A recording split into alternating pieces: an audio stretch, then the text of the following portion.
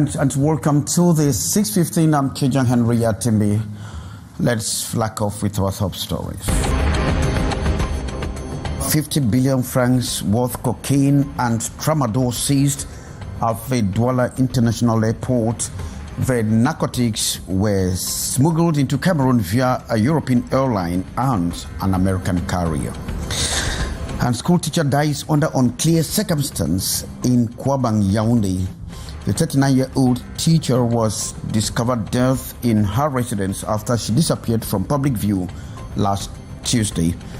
And the Bonandele residents are willing as prolonged and frequent power cuts disrupt daily lives and threatening livelihoods. Top stories.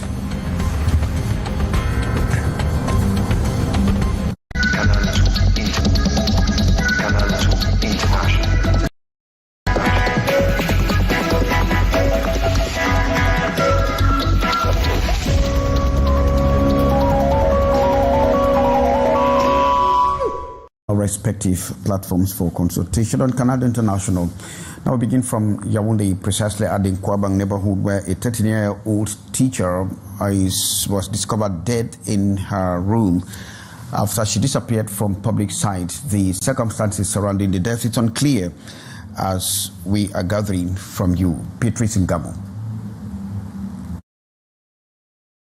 It was in this world that the body of Jeannette Tikamba was found on Wednesday. The 39-year-old teacher had disappeared the previous day without a trace. Her vehicle, however, remained parked at the entrance of the compound. She was last seen with a mechanic who had come to repair this pickup truck. Questioned by the security services handling the case, a relative of the deceased recounts what the automobile technician reportedly said. He declared that they actually entered together. Then she went out. She had left the mechanic working.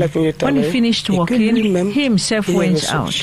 After spending a night in custody, the mechanic was released. Before that, the family had suspected a possible kidnapping, but continued search eventually led to the gloomy discovery. According to initial information, Jeannette may have fallen into the well, which lacked a protective cover due to ongoing works and had only been loosely covered with a sheet of metal.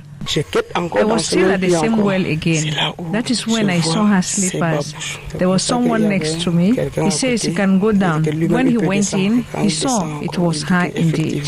At the family home in Kwabang, a neighborhood under Kola Farmer subdivision, grief runs deep. At the government bilingual secondary school where she delivered her last Spanish lesson on Friday, shock and disbelief prevail. Investigation is on by the Kwabang Gendarmerie Post, expected to shed more light on the many questions surrounding the tragic death of Jeannette Tikamba, leaves behind 7 children and a grieving husband. Thanks very much, Beatrice Ngamo. Sad indeed. And residents in the Bonandele neighborhood in Douala, precisely in Bonaberi, are willing in disgust as they have been going through persistent electricity cuts and prolonged power outages. In fact, this they see is threatening their livelihood, and they are complaining that they cannot sleep, especially during night hours with the scorching heat and mosquitoes. Sherifa.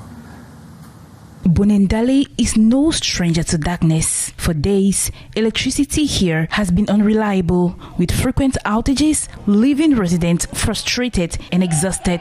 Households are also struggling. Without power, preserving food has become a daily challenge. Ça vient, ça passe, ça fait même 5 minutes, ça passe, ça fait même 2 heures du temps avant de venir.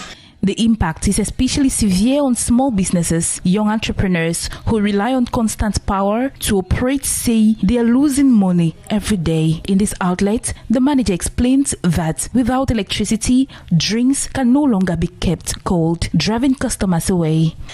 Le client arrive là, si la bière n'est pas glacée, on ne peut pas boire. Parce qu'il fait chaud, il veut ce qui est glacé. Fish sellers here say they are forced to throw away spoiled products, adding to rising living costs. Ça ne nous arrange pas.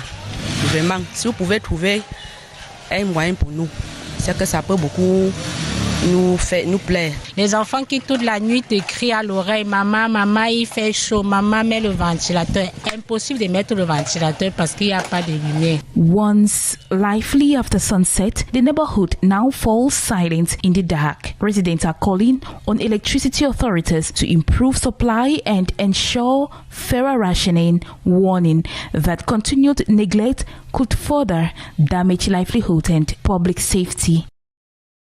Much Cynthia Lati, and over at the Douala International Airport, over 50 billion CFA francs worth of cocaine were smuggled into Cameroon via a European airline and an African carrier. Details in the following report. Cameroon's customs on Friday presented a spectacular seizure at the Douala International Airport. The haul consists of more than 2 tons of narcotics valued at over 50 billion CFA francs. The large-scale operation was made possible through international cooperation. Under sealed, entire pallets falsely declared as medical supplies. But in reality, more than 1 ton of cocaine from Germany and more than 1 ton of tramadol from India and South Sudan, with an estimated value exceeding 50 billion francs, was uncovered. The 6 consignments transited through 1 European airlines and another African carrier. According to the authorities, the interception is the result of intelligence sharing with several partners' customs administrations. We came here to see what has been done. You'll find more than 1 ton of cocaine, more than 1 ton of tramadol. And financially speaking, we think that the financial value of these illegal drugs is more than 50 billion CFA francs. A seizure which on its own prevents the circulation of about 27 million tramadol tablets on the market. Present at the presentation, the Ministers of Finance and Public Health praise an action that is both economic and public health oriented. Beyond revenue, custom asserts a strategic role, a major blow to a sophisticated international trafficking network. From now on at Cameroon's borders, false declarations and concealed cargoes will no longer go unnoticed. The Yaoundé Gynecological Endoscopic Surgery and Human Reproductive Teaching Hospital, Cliquez, is already positioning itself again for a new phase of international cooperation and partnership. Recently, they have, in collaboration with the American hospital in Paris, they are finalizing specialized interventions in areas of breast cancer and fibroids in women. The move towards international partnership is part of Cliquez's broader strategy to enhance expertise in gynecologic oncology, minimally invasive surgery, and assisted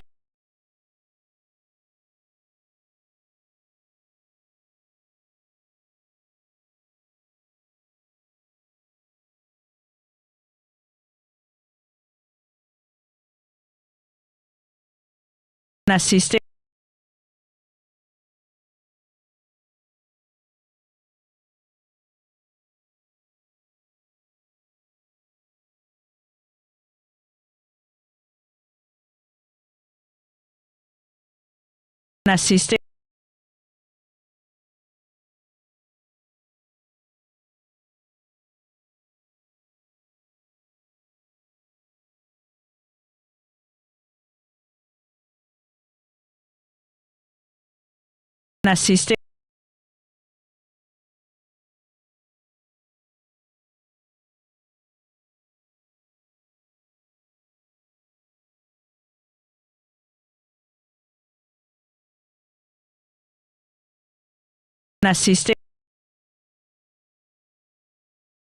World known as food insecurity in children are the most hard hit, with severe cases of acute malnutrition reported. Cynthia Lati reports.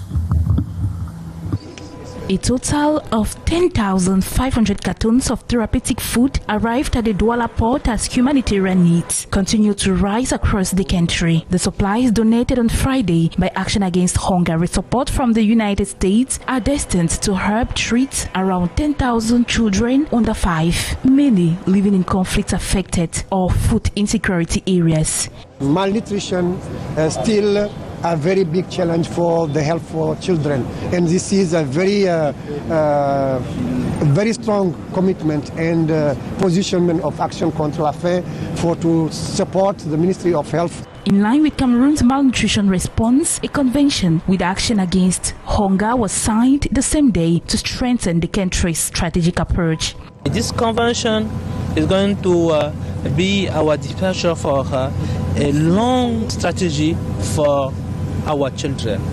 Beyond emergency feeding, the government is equipping hospitals. During his visit to Douala, the Public Health Minister further unveiled additional equipment which will bring coverage of essential supplies to 80% of health facilities as part of the expanded program on immunization. This will increase not only the availability of vaccine with less stock out, but also the quality of this vaccine, because the refrigerators are pre-qualified for the storage of vaccine, and that will maintain the temperature in the normal range all along the supply chain. I think that is to strengthen our vaccination plan and to be more efficient and more operational. Humanitarian actors warn that without sustained support, the situation could worsen, putting Cameroon's most vulnerable children at even greater risk. Thanks very much, Cynthia Lati. And we move over to the foot of Mount Cameroon, precisely at the hilltop village of Mapanja, where the residents have installed a new traditional rulers, and of course they are placing their hopes on him as pregnant women and children to Fasale. In Mapanja, near Mount Cameroon in the southwest region, access to water remains a daily challenge. Pregnant women and other residents often walk long distances because the village's elevated location makes running water difficult to access. Our main matter in this village, we have the water and the roads. Everybody will have to play a participatory role. During a ceremony overseen by the divisional officer for Boya, Abab Rahman, Kingmakers designated Sami Kaleli Wonjo as the new chief. He has acknowledged the long-standing water crisis and called for unity to tackle development challenges, including poor road infrastructure that limits the area's agricultural potential. Even though it's not regular, as you can see today, there have been some issues for some days. We have no light, but water is life. So my first priority will be to unite my people. The event, attended by regional traditional leaders, marked what residents hope will be a new chapter for the community in Cameroon. Very much, Sarah. Congratulations to the people of Mapanja. And in religious news, let's take a look at how fasting will reflect the care for the elderly persons, pregnant women, and those who are ailing and cannot fast. What does it take during this period? Sherifa Saleh. Fasting is central. Those whose health may be at risk are exempted for the fasting month, while the elderly make sure they feed the needy. That will replace their fast each day. In Lent, the 40-day Christian period leading up to Easter, fasting is generally less strict and more voluntary. While some Christians fast on specific days, pregnant women and elderly and those in poor health are usually exempted. That category of persons are being asked to deprive themselves of what they love most. It could be the addiction to social media, television, or maybe avoiding to utter hurtful words. It's not only about food. Unlike in Ramadan, Christians are not required to make up missed fasting days. Many instead choose other forms of devotion, such as prayer, charity, or giving up a personal habit. It is a period where believers repent and turn to their Lord Almighty. Though the rules differ, The message is similar. Fasting should not cause harm. In both faiths, spiritual discipline is balanced with care for the vulnerable, keeping compassion at the center of belief. In its languages, and this comes with the of protecting its languages or its rich linguistic culture with the celebration of the International Decade of Indigenous Languages organized by the United Nations Cultural and Scientific Organization, UNESCO. And of course, this highlights the fact that there is an urgency and commitment in protecting these languages, some of which are already disappearing. Details with Ate Bonaventure. Amidst growing concerns over the disappearance of several national languages, poor documentation and declining transmission to younger generations, Cameroon is intensifying efforts to preserving its linguistic heritage with the help of institutions like SIL Cameroon and other development partners. Many children are not speaking their languages. It means that in 10, 15, 20 years, our work will be useless. We have already started developing tools in the area of the digital area. We are developing tools, and we are also working in partnership because we think that SL cannot do everything. We can work together to see how we can help Cameroonian communities to save their languages. And we are receiving requests from diaspora. Cameroon has observed the International Decade of Indigenous Languages with more determination to intensifying efforts in preserving Cameroon's rich linguistic heritage.